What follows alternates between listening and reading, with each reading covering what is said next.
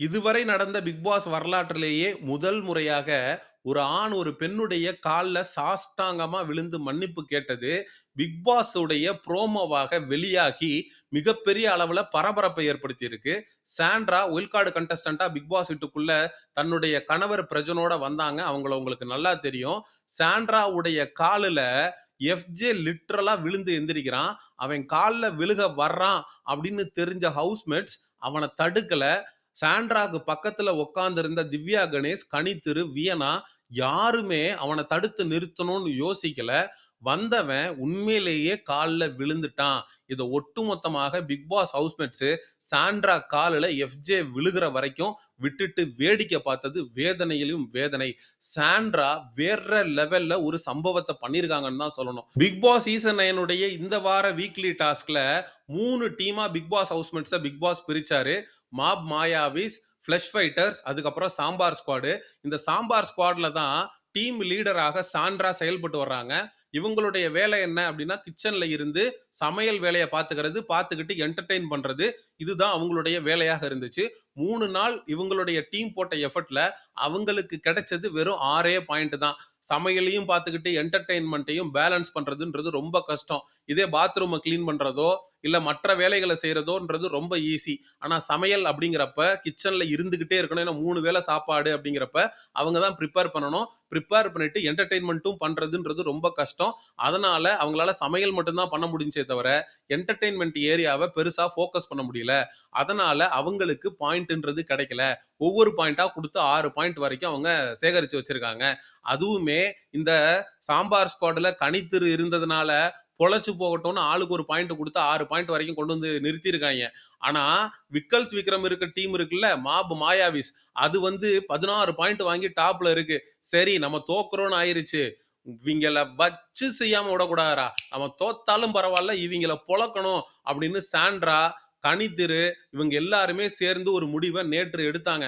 அப்படி எடுக்கிறப்ப கனித்திருல இருந்து எல்லாமே நம்ம நாளைக்கு சாப்பாடு சமைக்கிறப்போ உப்பு போட்டு சமைச்சு கொடுப்போம், அவனுங்க என்னதான் பண்றாங்கன்னு பார்ப்போம் அப்படின்னு சொல்லிட்டு ஒரு பேச்சுவார்த்தை நடத்தினாங்க.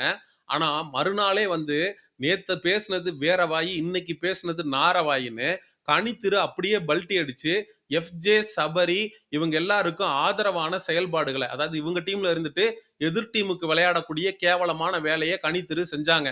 கனித்திருவோட கேம் பிளேய டோட்டலா எக்ஸ்போஸ் பண்ணி விட்டாங்க விஜய் பார்வதி மற்றும் சாண்ட்ரா. நேத்து உப்பு போடலாம் அப்படின்னு சொல்லி பேசிட்டு இன்னைக்கு சிக்கன் வந்ததும் பிக் பாஸ் வந்து சமைக்கிறதுக்கு சிக்கன் அனுப்புறாரு. சிக்கன் வந்திருக்கு, அது பார்ட் ஆஃப் த டாஸ்க், அதை நம்ம செஞ்சு தான் கொடுக்கணும் அப்படின்னு சொல்லி தன்னுடைய டீம்மேட்ஸ் கிட்டயே சண்டை போட்டுட்டு இருந்தாங்க. ஏன் கணித்தரு நேத்து எல்லாரும் சேர்ந்து பேசும்போது உப்பு போட்டு சமைச்சவங்களுக்கு கொடுக்கலாம் அப்படின்னு பேசிட்டு இன்னைக்கு சிக்கன் சிக்கன் வந்ததும் சமைச்சு கொடுக்க வேண்டியது நம்மளுடைய கடமை, தட்டை தூக்கிக்கிட்டு அவங்க எவ்வளவு நேரம் தான் நிப்பாங்க அப்படின்னு சொல்லி எதிர் டீமுக்கு ஆதரவாக பேசுறது எந்த விதத்துல நியாயம்? நீங்க ஒரு டீம்ல இருக்கீங்க அப்படின்னா அந்த டீமுக்கு உண்மையா இருக்கணும். இல்ல அப்படின்னா உங்களுடைய வேலையை பார்க்கணும். தான் டீம்ல இருந்துகிட்டே எதிர் டீம்ல இருக்கிறவனுக்கு விளையாடுறது எந்த விதத்துல நியாயம்னு தெரியல. அப்ப கனித்திருவோட கேம டோட்டலா திவ்யா கணேஷ், அதுக்கப்புறம் வந்து விஜய் பார்வதி, சாண்ட்ரா 3 பேருமே எக்ஸ்போஸ் பண்ணி விட்டாங்க. இந்த எஃப்ஜேன்றவன் எல்லை மீறி விஜய் பார்வதியை வந்து கலாய்ச்சிக்கிட்டு இருந்தான். உங்க அண்ணன் போனதுக்கு அப்புறம் அங்க இருக்கக்கூடிய எல்லாருடைய கால்லயும் விழுந்து சப்போர்ட் தேடிக்கிட்டு இருக்கியே, அதாவது விஜய் பார்வதி சாண்ட்ராவோட கால்ல, திவ்யா கணேஷோட கால்ல, இவங்க கால்லலாம் விழுந்து ஒரு சப்போர்ட்டை கிரியேட் பண்ணி வச்சிருக்கு அப்படின்னு இந்த எஃப்ஜேன்றவன் சொன்ன ப்ரோமோவும் வெளியாச்சு.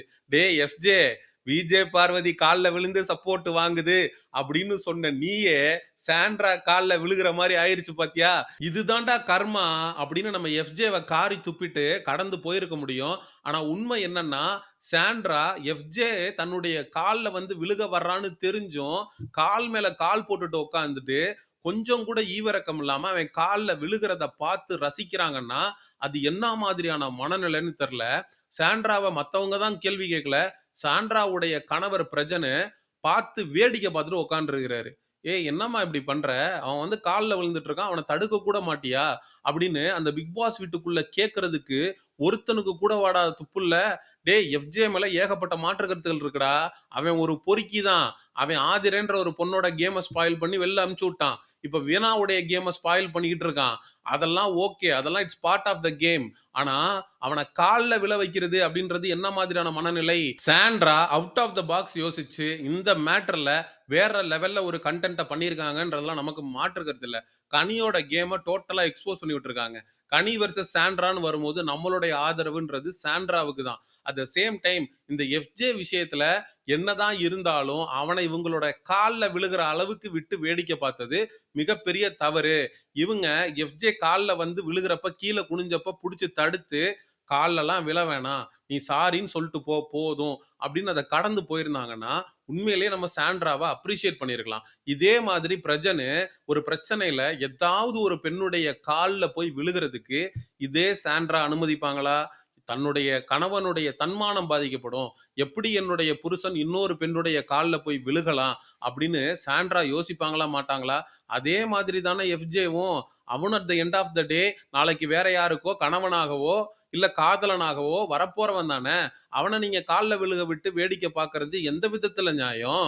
3 டீமுக்கும் ஒவ்வொரு கேப்டன் அசைன் பண்றாய்ங்க. அதுல சாம்பார் ஸ்குவாட் உடைய கேப்டன் சாண்ட்ரா.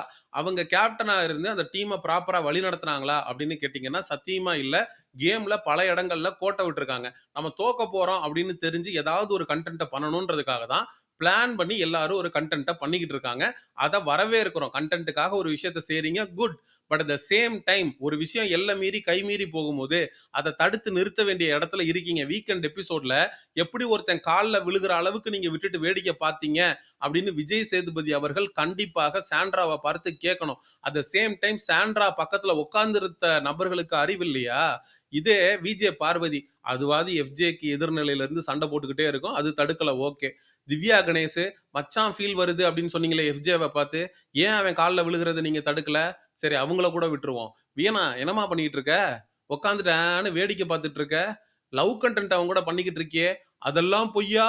அப்ப எஃப்ஜே மேல உனக்கு உண்மையான அக்கறையும், பாசமும், அன்பும் இல்லையா? எல்லாம் கன்டென்ட்க்காக தானா? 1000 பிரச்சனை இருக்கட்டுமே. அவன் தப்பே பண்ணியிருக்கட்டுமே.